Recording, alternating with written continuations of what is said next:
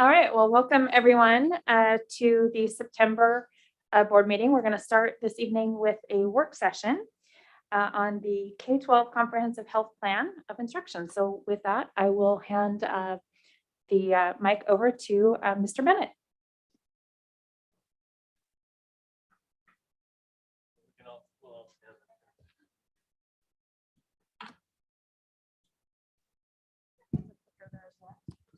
Thank you.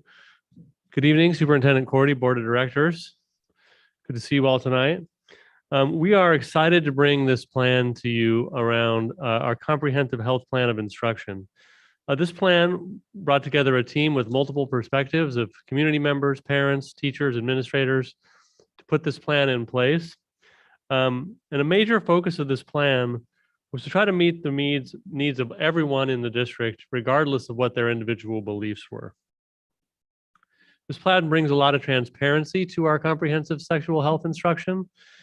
And the great thing about that is that our goal here was to make sure that our families knew what standards were being taught, what the lessons looked like when they were being taught, so that they could make some decisions for their families. Some may choose to have conversations with their children before they engage in instruction in these activities. Some may choose to opt out. Some may choose to just opt in and do nothing. The whole idea here is that we set it up around personal choice. And I think if you look at the length and the depth of this plan and how much detail it goes into, you can really see the effort the team put into making that transparent and then giving people choice, looking through the whole plan, including the opt-out policies. Another piece that's important to note is this plan is required by law. We have to have this health plan in place to be in compliance with state law.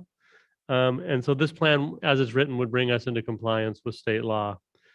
Later this evening, an updated policy, which really does very little. It just adds a little bit of transparency and clarifies what we're going to post on the website for parents to see in the policy to the already adopted policy. But that policy and this plan of instruction will both be put up for first read with potential adoption in October's regular board meeting. Another thing I really want to do before we start, and I turn it over to the team, is really thank this team for their work. Despite being in the middle of a pandemic, this team came together and put hundreds and hundreds of hours into developing this. Everything from planning instruction, going through the curriculum, figuring out what lessons went where, designing an opt-out process, laying it all out in a plan.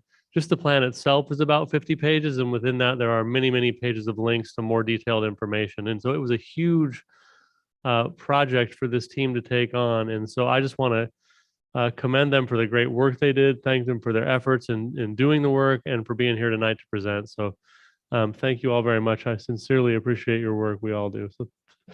So on that note, I'm going to turn it over to the team who did this work and let them tell you about the great work they did. So I'm going to turn it over to Marlene Carroll, who's going to kick us off. One other thing I did want to add is that we'll be, just as we do in all work sessions, if you have questions as we go along, just feel free to ask. It's a little bit more informal, more of a conversation, and we'll do our best to get them answered. Okay. All right. Thank you. And I'll turn it over to Marlene.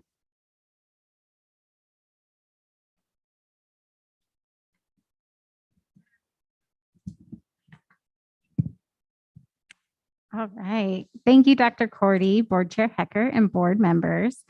Tonight, like Gary mentioned, we're going to talk to you a little bit about the Comprehensive Health Plan of Instruction. And we're going to start by just going over the overview. So tonight, we're going to kind of give you a lot of information because the plan is deep. And so we'll talk a little bit about Oregon's history of health laws and the policies. We'll talk a little bit about what comprehensive sexuality education means. And how ODE, Oregon Department of Ed, has laid that out. We're going to talk a little bit about the health plan of instruction specific to Sherwood schools, our family involvement and parent opt-out process, and the professional learning that we really want to provide our administrators and educators so that they can serve students. All right. In 2009, the Oregon Department of Education enacted the Human Sexuality Law, and then later the Healthy Teens, Healthy Relationships, Aaron's Law, which is a child abuse prevention. And then they encompassed all those laws into to ODE's comprehensive sexuality education policy and the updated health standards. In November 2019, we really wanted to start working on developing this plan. We started researching laws, we dug into the standards, we created scope and sequences, and we started connecting with other districts who had already done this work. Unfortunately, this work was really delayed and disrupted in March of 2020 because of the pandemic. And so we really needed to shift our resources. And then we brought the team back together once things slowed down and continued this work. And I'm gonna let Jenny Larson, our elementary teaching and learning TOSA, talk a little bit about our health adoptions, because we were lucky enough to get those in before the pandemic started. Good evening, Dr. Cordy, Board Chair Hecker, and board members. In 2009, we originally adopted the Great Body Shop, K through 8. And then in 2018, led through teaching and learning, we had an adoption at all 3 levels, where elementary and middle school continued to continue with the Great Body Shop, and then high school had the adoption of ETR.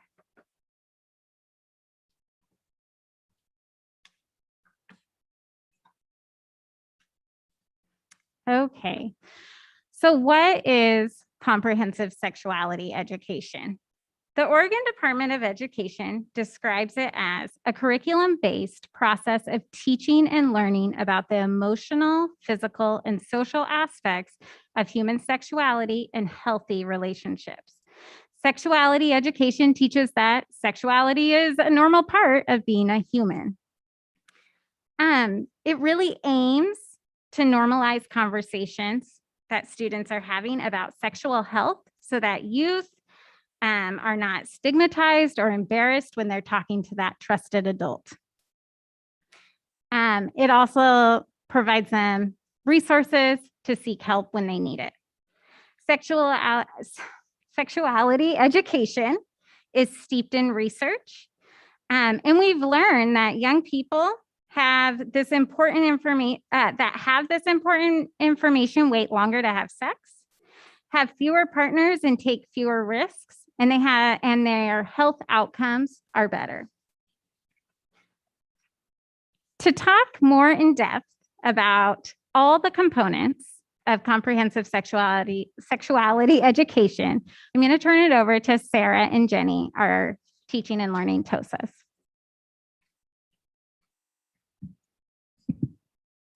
Good evening, Dr. Cordy, Board Chair Hecker, and members of the board. Tonight, I'd like to introduce the 3 components of a comprehensive sexuality education, which are healthy relationships and violence prevention, sexual health promotion, and growth and development. So we're going to go a little bit more in depth into each of those. The first one being healthy relationships and violence prevention. This component covers a variety of topics, such as bullying at all levels, what healthy relationships look like, which ranges from friendships into romantic relationships as kids get older, healthy communication strategies for all sorts of different situations, boundaries and consent, abuse prevention, and how to identify and communicate with trusted adults. The second component is sexual health promotion. This component covers a variety of topics such as hygiene, sexually transmitted infection prevention, pregnancy, sexual health, and healthy decision-making.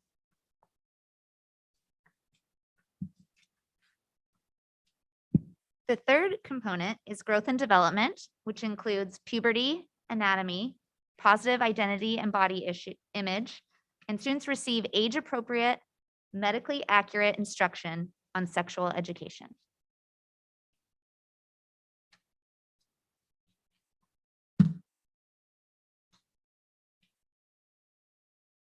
All right, now we're going to get into our plan. So Our plan of instruction will provide staff with a scope and sequence of the lessons and standards so that they can plan instruction accordingly, but also so that they can see what the grade level above or below has taught. The elementary can see what is taught at middle school. The high school can see what's taught K-8. So they will have a very succinct understanding of what was taught before in order to plan their teaching and instruction accordingly. This plan is also really a tool for families. Families will be able to see the standards that will be taught and preview the opt-out form and review the laws. In addition, there are also links to the instructional materials in that plan.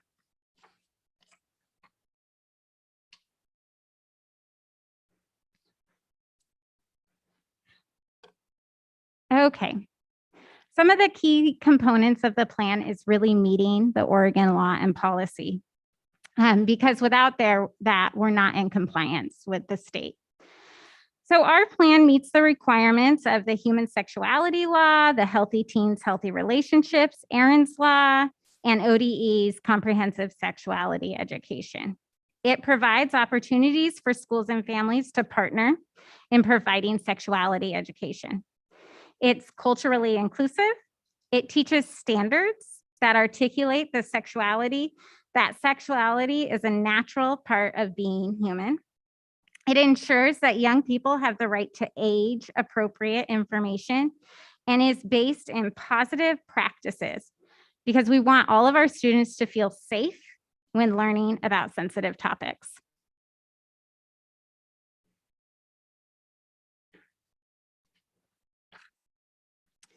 The plan of instruction includes the following elements that you see on this slide.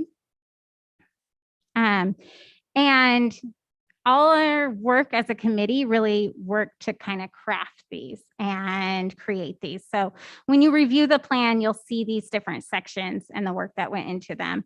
The team not only provided vision, but they also provided a lot of guidance because we ran into difficult questions and ways that we weren't exactly sure how we were going to, for example, make sure that every family could see every standard so they knew exactly what to opt their child out of or have a conversation with their child about. Each level kind of had different challenges and different highlights. And so we're going to take a little bit of time to kind of go through each level, starting with our elementary team.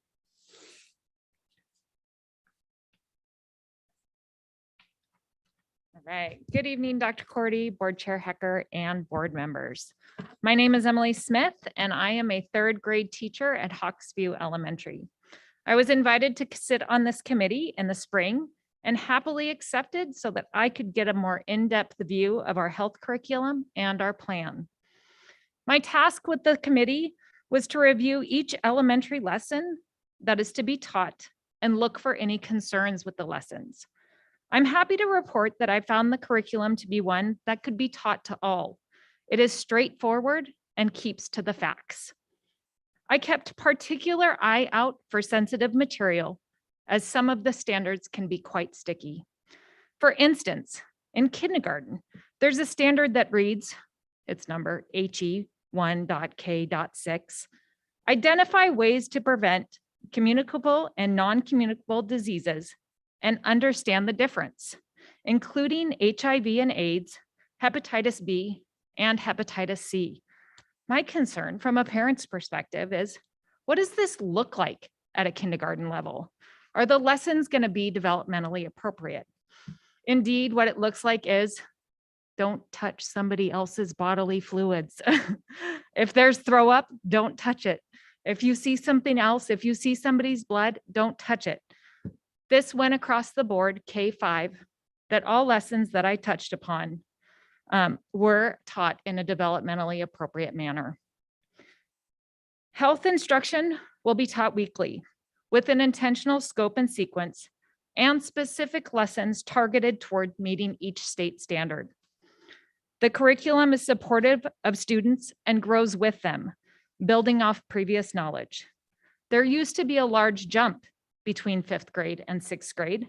But now using this curriculum in this way will be more of a ramp up, giving those 5th graders a little bit more of an introduction. The curriculum is culturally responsive and does not present morals or values about family situations. Families are families. They come in innumerable forms, each as unique as the children that we serve. The curriculum presents facts about how to stay safe and allows nuances and specifics to be left to our families. We are aware and understand that each family has their own set of values. This committee has done a lot of work with the curriculum, and we feel that what we are using allows us to teach facts and leave the rest up to our families. Thank you. Good evening, Superintendent Courtney, Chair Hecker, and board members. As Jenny Larson said, this is not a new curriculum for us. So given that, there's still some challenges that we do expect to encounter at the elementary level. Our teachers and staff will need professional learning so that they are equipped to teach more sensitive topics. This will take time and practice to ensure that they're able to deliver the content with confidence. Additionally, the opt-out process will be new to us. We'll need time to get used to the process and the ways that we both review the opt-outs and respond when parents choose to opt their child out.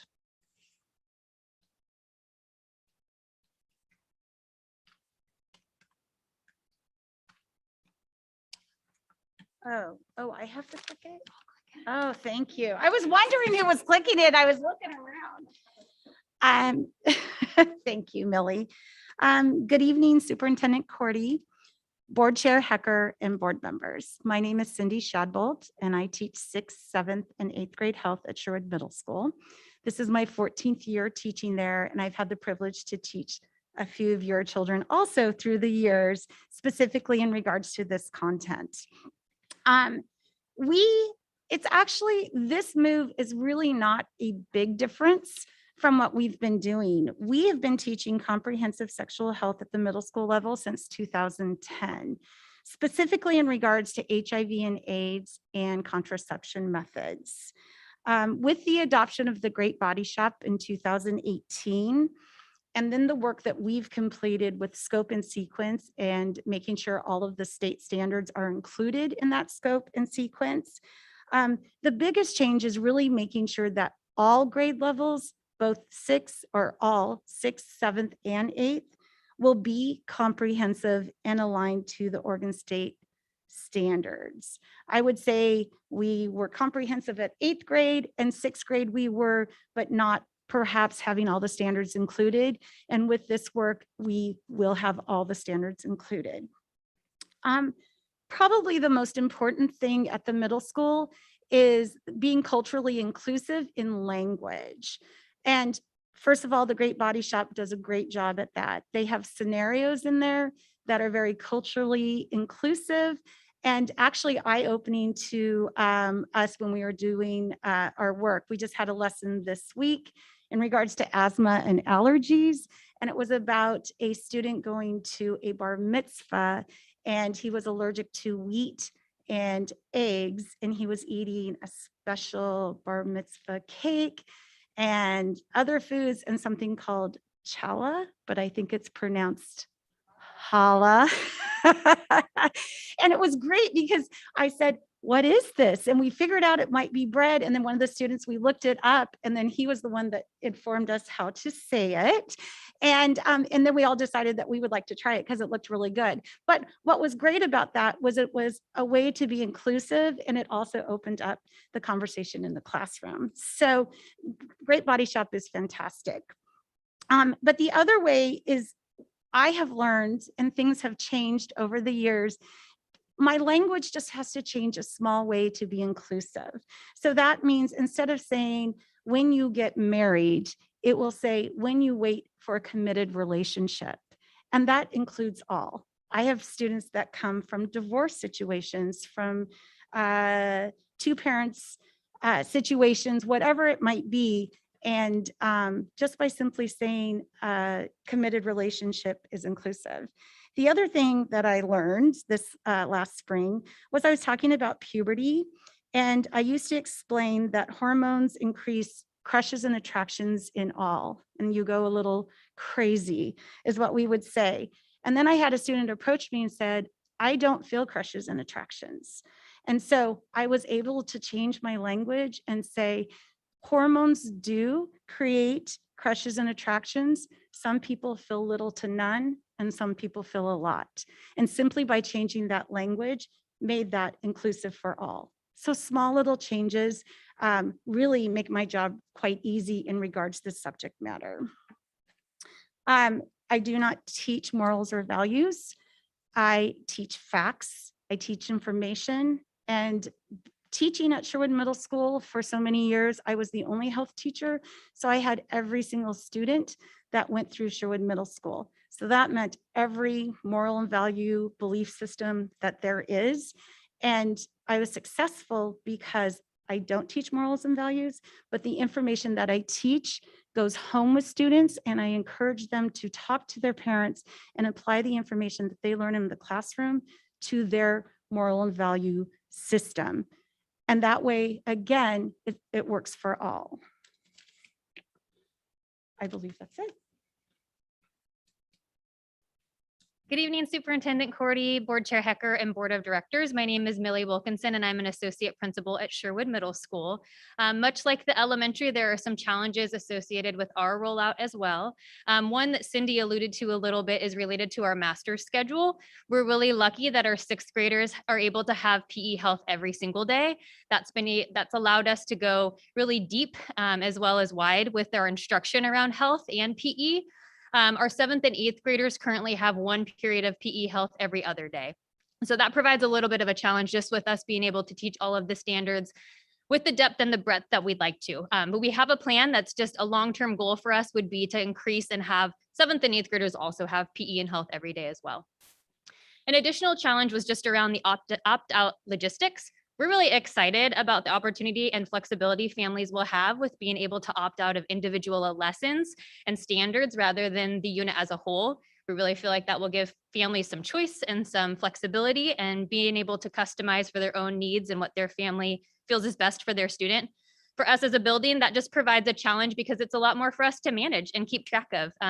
But we have a good system in place. They're going to talk about the opt-out process a little later here. And we've been using a similar process at the middle level. It will just include more opt-out options. So just a bit more information for us to track. But we're really excited about the comprehensive health that we'll be teaching and the flexibility it'll provide to families. Good evening, Dr. Cordy, Board Chair Hecker, and Board. My name is Caitlin Everett. I'm the new Associate Principal at Sherwood High School, and I'm here to share about the highlights and some of the challenges at our high school level. So just like at the middle school, our health instruction is moving to be more comprehensive, which really means teaching all of our state standards and utilizing our ETR curriculum more fully in order to do that. Our curriculum is taught by expert veteran health teachers who have always partnered with families, really been gone above and beyond to answer questions or talk through concerns with parents so that prior to the sexual health unit, parents are prepared. And because they've been really supported throughout their K-12 experience, we find that families know what's coming and the process for opting out. We also are really committed to making sure that our experience of our students is culturally inclusive in our whole health curriculum. And that means making sure that our students can see themselves in our curriculum, that they, no matter what diverse challenges or lived experiences that they're having, they are able to use the education that they're getting to navigate both in high school and beyond to have healthy relationships and safe relationships. Some of the challenges that we've had in the high school are related to the master schedule. For us, that looks like, having 1 year in the 10th grade to get through all of the health standards. Our teachers have put a lot of effort into the scope and sequence to make sure that their curriculum is mapped out in a way that they will be able to do that now. We also had a challenge in that one law, Aaron's Law, just on child abuse prevention, is required to be taught at every grade level. So we will be implementing that in our homeroom, which all of our students participate in. We'll also be supporting our homeroom, which is really all of our teachers, in professional learning on how to deliver those lessons. There were a few other challenges at the high school level just around the curriculum. While we've been using ETR for several years, this summer they updated to a new edition.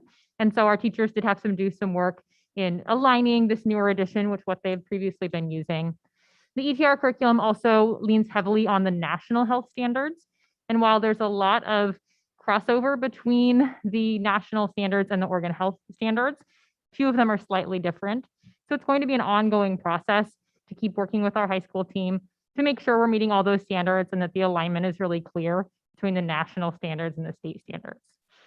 Finally, just like every other level, there will be an opt-out process at the high school. This has always existed, but again, it's going to be just a little bit more robust, more specific, where families can see which specific standards align to units and lessons and make those choices about if they want to opt out of those lessons or have conversations with their students about them, and being able to see when and where those standards are going to be taught.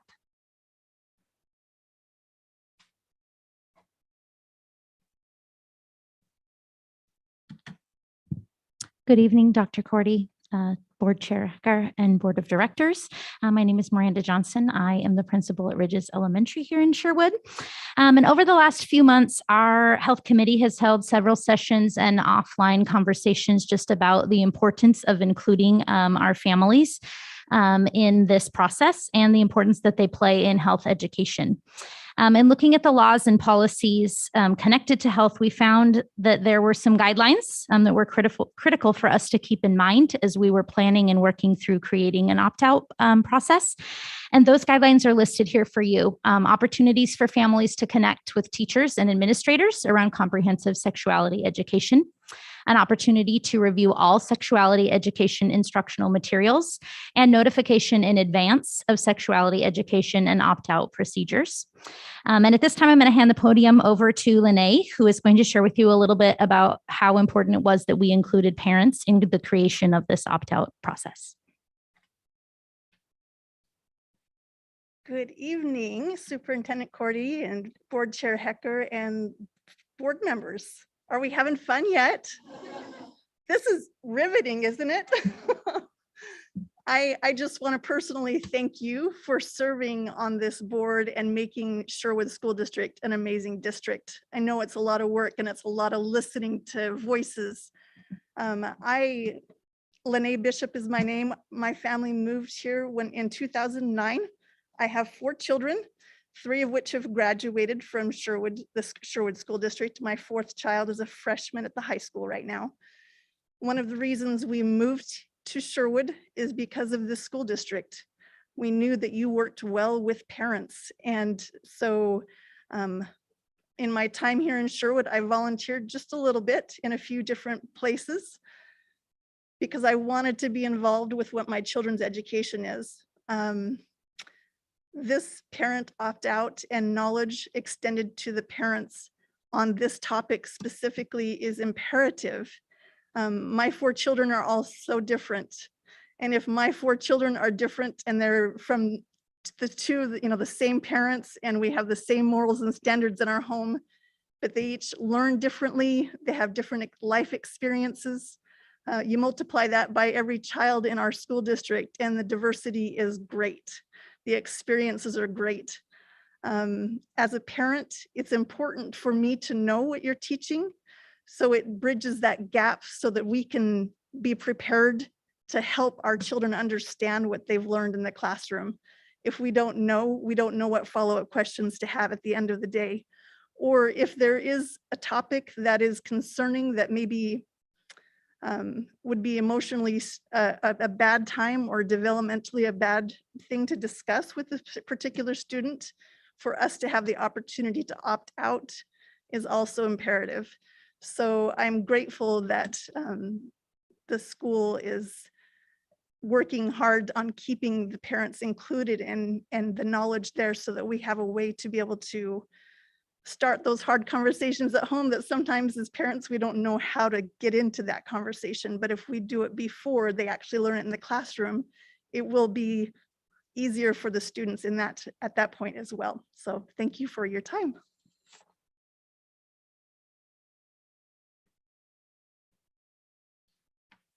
Good evening, Dr. Cordy, Excuse Board me. Chair Hecker. Can we hang on just a second? I think we have a question. Sorry. Yes. And this isn't a question for Lene, though. That wouldn't seem very fair to ask a parent to do that, but for Mr. Bennett, I just want to clarify the opt-out process that we're talking about is an enhanced opt-out process for the benefit of the folks listening in at home. This is, I remember receiving notes home from Ms. Shadbolt when my kids were in middle school.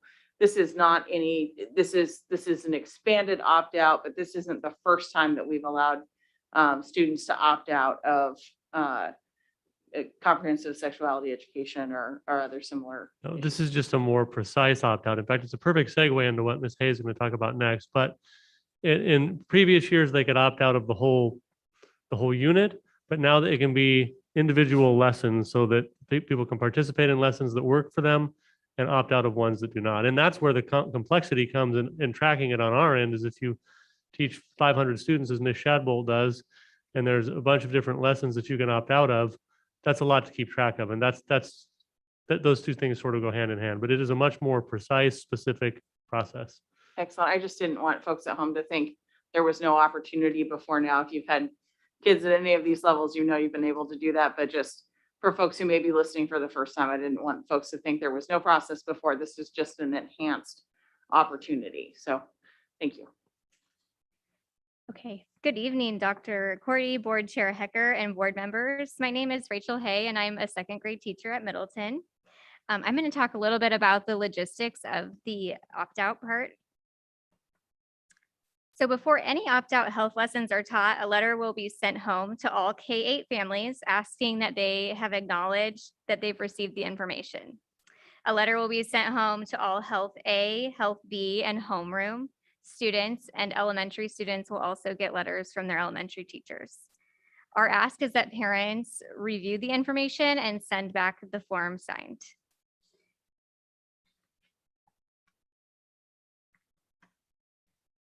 In addition, we provided opt-out forms to show that the lessons will be taught with the corresponding standards. So parents can see which standards will be taught to their children, and the opt-out form will give families the opportunity to pick and choose what works best for their child. The form will list all the lessons that are eligible for opt-out. At the high school, we decided that a different system would be sufficient. Families know when their child receives the majority of health instruction because they are enrolled in Health A or B. The teacher of this class will send home a letter both electronically and physically, notifying families that sensitive topics will be taught and will invite them to opt students out of the eligible components. Other required topics taught in homeroom will use the opt-out form and will go out 2 weeks before the lessons are taught.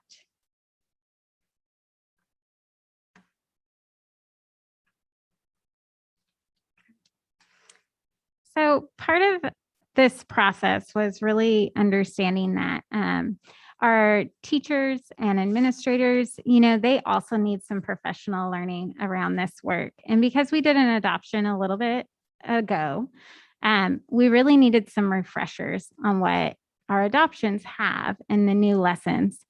Both the Great Body Shop and ETR, they update materials fairly regularly. And that's great because it keeps it current. But that also means that our teachers will need some professional learning so that they're able to provide the instruction to our students. We had to do some scope and sequence alignment, which means that we had to figure out what lessons to teach in the beginning of the year and which ones to teach towards the end of the year. You guys might remember when you went through school that often puberty ed or sex ed was taught towards spring. That still happens in ours for the most part, unless you are at the high school and you're taking a first trimester course. But we went through and we thought, well, we really want relationships to be built. So we had to build our scope of sequence around that and around the standards. And then finally, the curriculum really expands the language, as Cindy was saying, to try to include all. So by saying committed relationship, as when you're referring to, different types of families or, and so we have to provide professional learning just so that our teachers are including all students when they're really providing this instruction. And so that is a part of the plan as well.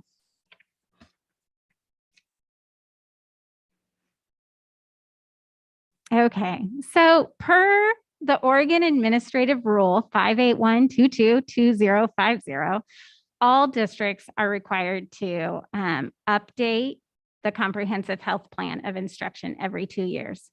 That means for us is we will teach this, the health plan in the form that it is published, and then we will come back to you in 2 years and we will do this again. So yes, this is in a way draft one. Our team will work to implement the plan as written, but we will also start establishing a timeline when we come back and get to work again.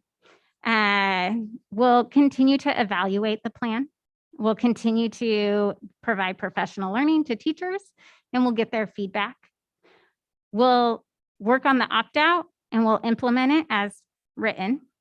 And then we're going to get feedback on what worked and what didn't work, and we'll adapt and adjust as needed.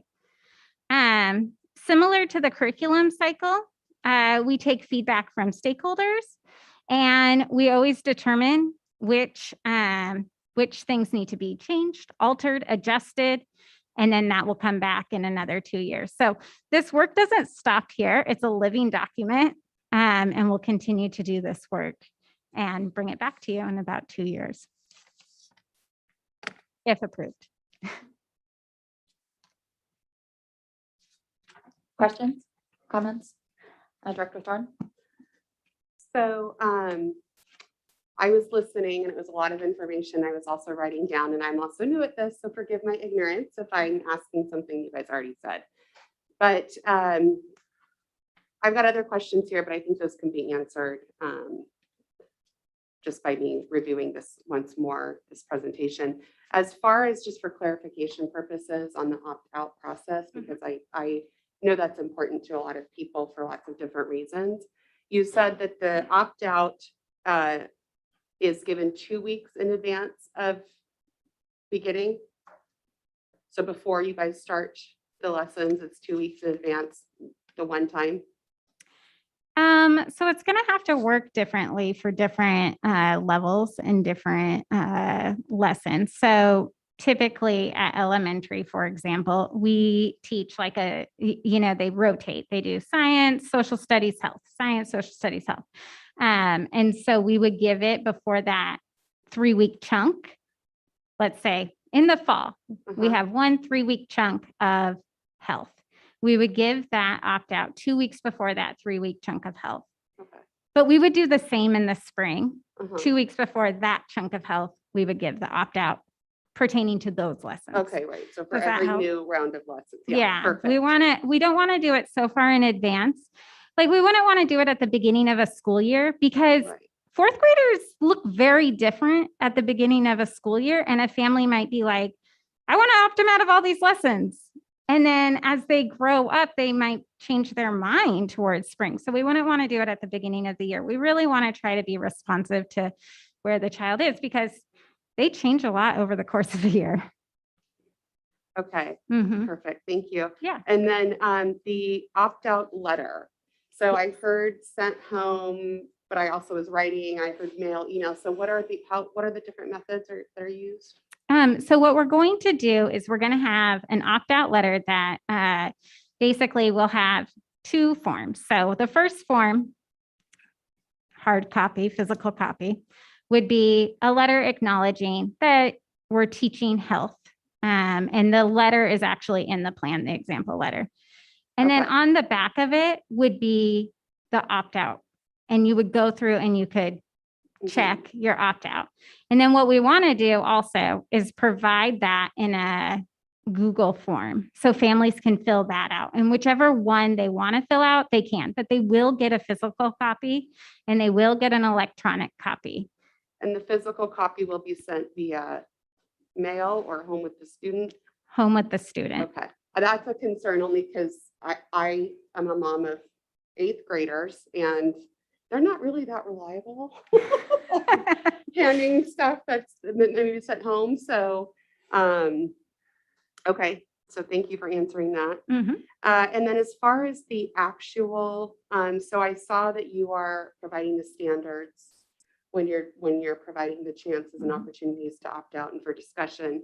As far as the actual materials, the actual curriculum, the actual lesson, is that, because that matters, right? The little details there. So how Absolutely. is that? Those are attached as well? So the actual curriculum from Great Body Shop there's a variety of ways. I'm going to give them to you. So first, Great Body Shop, you guys might have seen it if your students or children have gone through. They're magazines, essentially. They're like little flyers, little booklets, and those are the readers that every student gets and they can take home with them. Now, with that, there are actual lessons that are taught by the teachers, which is what will be referred to on that opt-out form with the standards. And those lessons, the Great Body Shop, unfortunately, does not, because of copyright, they do not let us just deliver those electronically. So we have those lessons like hard copy. What we're going to do is put them in our schools so families can review them. If they want, they can go to the office. We have a whole set of K-8 that we'll have at district office as well. So families can come in and we can set them up in a conference room or something like that if they want to review them.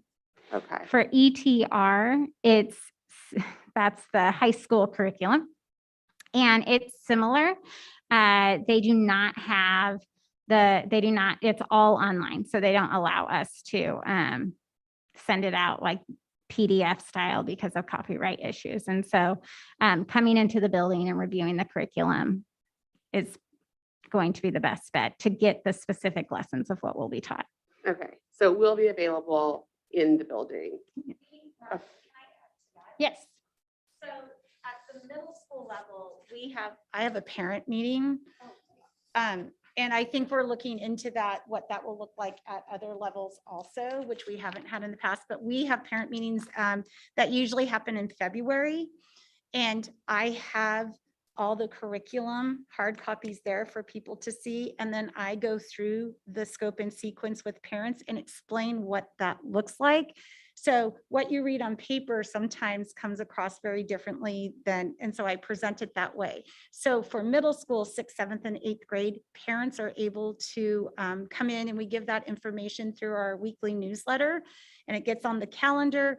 And since our school is larger with the 2 schools coming together, we may have maybe 2 meetings so we can meet the needs of parents for that. Laurel Ridge always had their parent meeting and Sherwood Middle School always had their meeting.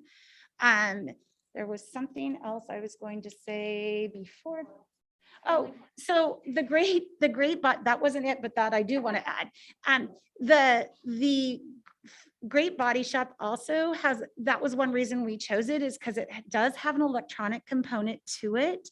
And there is a family portal that parents can get a password and go into it, and it's user-friendly. Well, we think it's user-friendly. We haven't investigated exactly how that works. There's some logistics with that, but that is a component, and that's why we are really excited about the Great Body Shop having that electronic availability. So there was a question before, and that's why I walked over, and I can't remember what it was on one of your first questions. See, I asked about how far in advance the opt-outs given, the methods. That's exactly what. Okay. Yeah. Okay. So at the middle school, it's more advanced than the 3 weeks. So it would never be less than that, but it would be more advanced. So we have the meeting in February and then the letters go out right after that. And we give students probably 2 to 3 weeks of being able to come in. The other thing in response to worried about your boys getting it back It's mandatory for me to have a copy that I have. So if, and really, that's why we start so far ahead of time to get those in. I make contact for those few that don't get it to me. Okay. So there is kind of some checks and balances. Now with the number of lesson opt-outs and that kind of thing, we'll have to look at that. But there is a process in place to make sure that parent is aware that that information actually got home or got back to school. Okay. Okay. Thank you very much. I have one question. So obviously all of these, what we're teaching is aligning to the state standards. So if your child opts out, or if you opt your child out of everything, is the state standard met for them? How does that work? So your child, if you opt your child out of a state standard, they will not receive that instruction from the school. As a family, you're welcome to teach that standard, but part of the laws around the standards is that families can opt out of health lessons that pertain to sexuality education, HIV/AIDS, and the Aaron's Law. And so there's no requirement from the state that we make that up, because then that would still take away the parent's right to opt out. So they don't get the standard unless you teach it at home. Instead, they get provided an alternative activity. Great, helps. Thank you. Mhm. Other questions, Director Adamson? Yeah, I have two. These may be either for you, Mackenzie, or Gary. The curriculum adoption, I think, really, I want to just make, again, for our friends at home that haven't been part of this journey as long as some of us have been, the curriculum was adopted in 2019. That went through a multiple year process of review, of piloting, of parent review. Nothing about any of this that we're talking here changes the curriculum that we're currently teaching that went through that comprehensive process and review. Is that correct? I believe it was 2018, but yes, otherwise that is correct. So that we adopted the curriculum, and then part of the law was that we had to develop this plan, and based off of the history that I explained before and the pandemic that happened, we had to postpone that work a little bit. And all of the standards that you talked about tonight that are in this plan and reflected in this plan that we are working to meet, these are all required as part of Division 22. If we don't do it, our children's diplomas don't count. This is required by the state. These are not made up by the district. Is that correct? That is correct. So part of we actually applied for an exemption for Division 22. And it runs out in November. So that would be critical to one of the reasons why we really had to put effort towards building this plan. Yeah, thank you. Appreciate it. Any other comments? Dr. Hawkins? Hi there.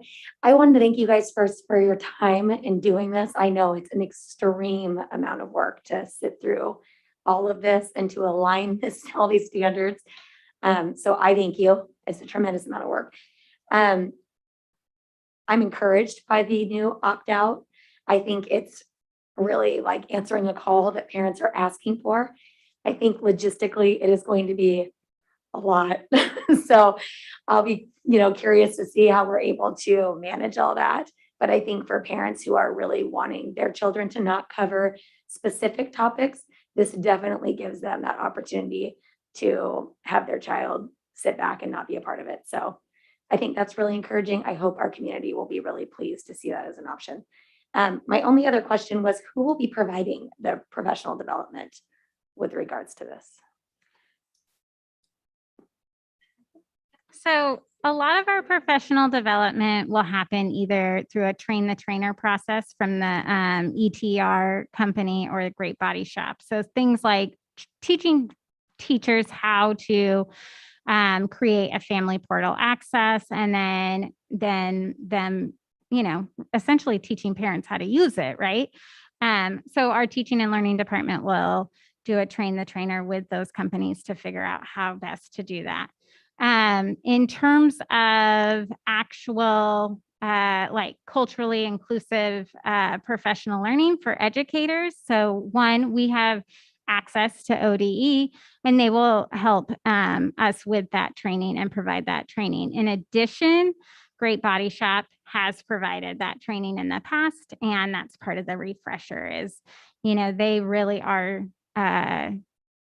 professional development curators and come out and serve the districts. That's kind of part of when you get to do an adoption with instructional materials, they also provide you professional learning. Thank you. Yep. Anything else? I just want to, oh, sorry. Okay. Sorry, No, go ahead, Director. Lang. am I on? Okay, just making sure. I second Abby, that I really appreciate all the work that went into this. It looks like a lot, and looks like it was really well done. When I was campaigning, a big concern was something called comprehensive sexual education, CSE. Based on my review, I haven't gone super deep into it just because we just got the agenda and some of the materials. It appears that there's some of those elements in this, but it's extremely relieving to see that opt-out option so that it gives more power and control back to the parents. It's kind of a sexual education a la carte, or choose your own sexual education adventure or whatever. So it's really encouraging to see that. So I really appreciate you adding that feature. I guess, and I don't know if we're getting into this yet, but I'll just throw it out there. I was looking at the policy in the district policy manual, and it was noted that the curriculum it provides, it says, and it's number 4, it provides balanced, accurate information and skills-based instruction on risks and benefits of contraceptives, condoms, and other disease reduction measures. And I was curious, what is skills-based instruction? What does that look like? I don't know how that And if we're not, So Cindy really is our resident expert on that, and I Okay. think she would be able to take that one. Skill-based would be like proper usage of how to use a contraceptive method. And I would say it's interesting that you say that, because we have kind of toed around this. Like in 6th grade, it's a cartoon picture of a condom, but then I explained the process of the package, expiration date, those type of things, and the methods. But with the new laws, I believe 6th graders, the standard is that they demonstrate the use of a condom. Now, I wouldn't use demonstration simply is using a condom and taking it out and showing that what it is. I wouldn't put it on anything. I wouldn't use anything, any model or anything like that. It's simply showing. I might use my finger, roll it on, show that. That's what I've done in the past to my 8th graders. Okay. And then throw it away. And really that's just a skills-based, I guess. Is that answering your question? yeah, I just kind of wanted some insight. Into People what always something come in and that like, meant. oh, is there going to be a banana? Is there going to be this or And whatever? that's And I'm like, not as far as I know. that's sort So of been the kind of the reports out there, but you never yeah, know. and other schools, but that is what we have done. I guess high school teachers, all my boys went through high school and it was fine. I'm not exactly sure.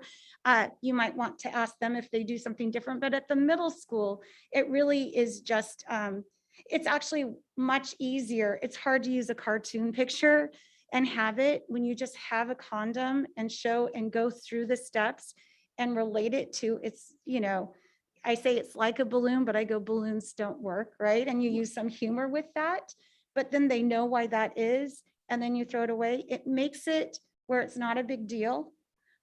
However, remember, abstinence is always our number one option that we go to all the time. So abstinence is always our form, and we talk about waiting and we talk about monogamy and all of that type of stuff. But when we talk about contraception specifically, we go through all the different types. And most of the time it's a PowerPoint with a picture of something.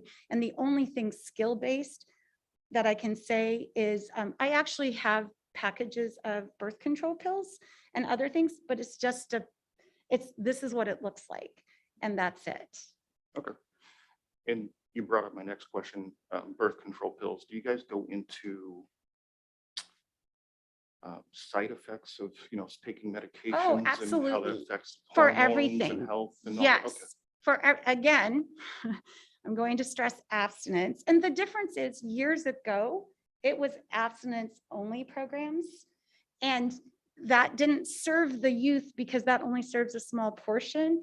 But I believe it was Marlene that said that research shows that comprehensive sexual education is actually encouraging our students, and research shows that kids are waiting later to be sexually active, having the education more so than give them the information. You're telling them something to do. It's actually the opposite. And when we have contraception information, what we've done in the past is it's what it is, how it works, the pros and the cons of each method. So that would include side effects, that would include any types of concerns, blood clots, those kind of things, whatever it might be. It goes through that with every single method that we have. And that's really packet-based information, PowerPoint by me going through. The reason I'm a little bit iffy on specifically is because we had not gone through this process for the sexual health component of the Great Body Shop. We have been teaching what we taught previously using the magazine, but not fully teaching Great Body Shop lessons until it was fully approved by the board. So I would have to look specifically on what that looks like at 6th, 7th, and 8th grade for Great Body Shop. Other questions in regards to that? No, I think you covered that. Thank you so much. There was another point on there, was number 17.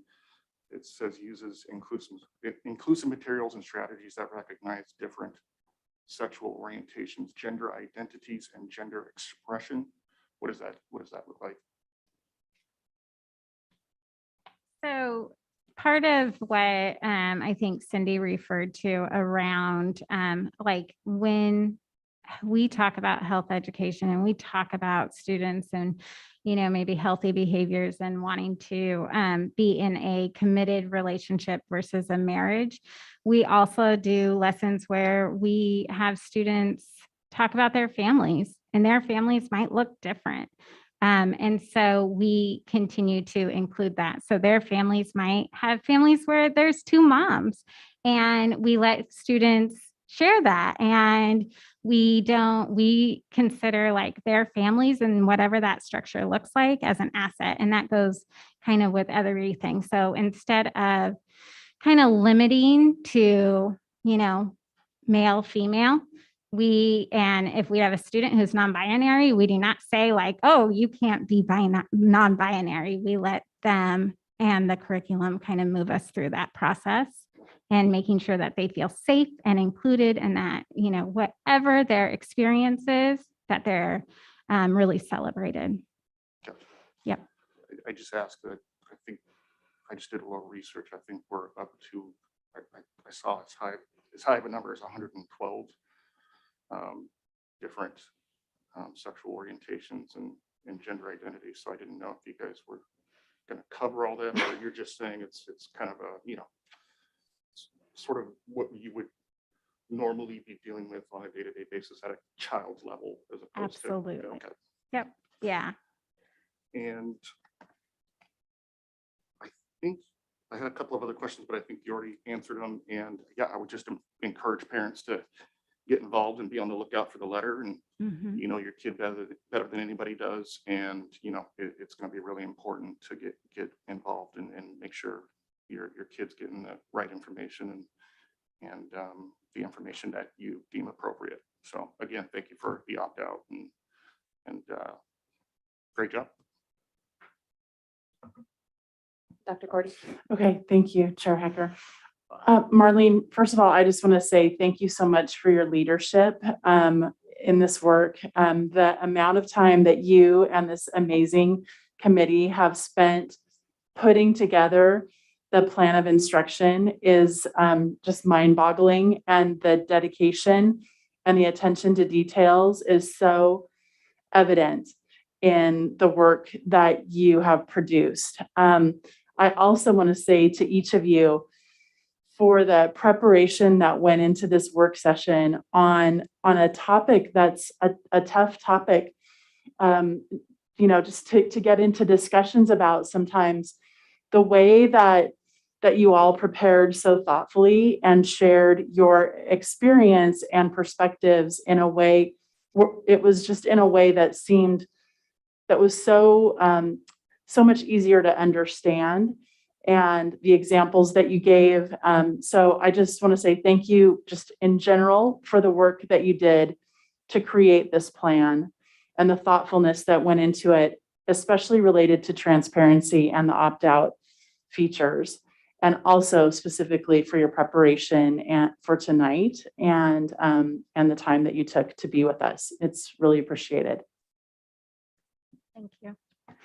Yeah, and I just want to echo the same thing. I can't imagine all the work you guys have done, especially in the middle of this pandemic with things ebbing and flowing and changing on a regular basis. So really appreciate it. It's fun to see you and think back on, you know, I know I've known a lot of you for a long time, but really thankful for this thoughtful approach that I think can really work for our community as a whole. So thank you all so much. I appreciate it. Thank you.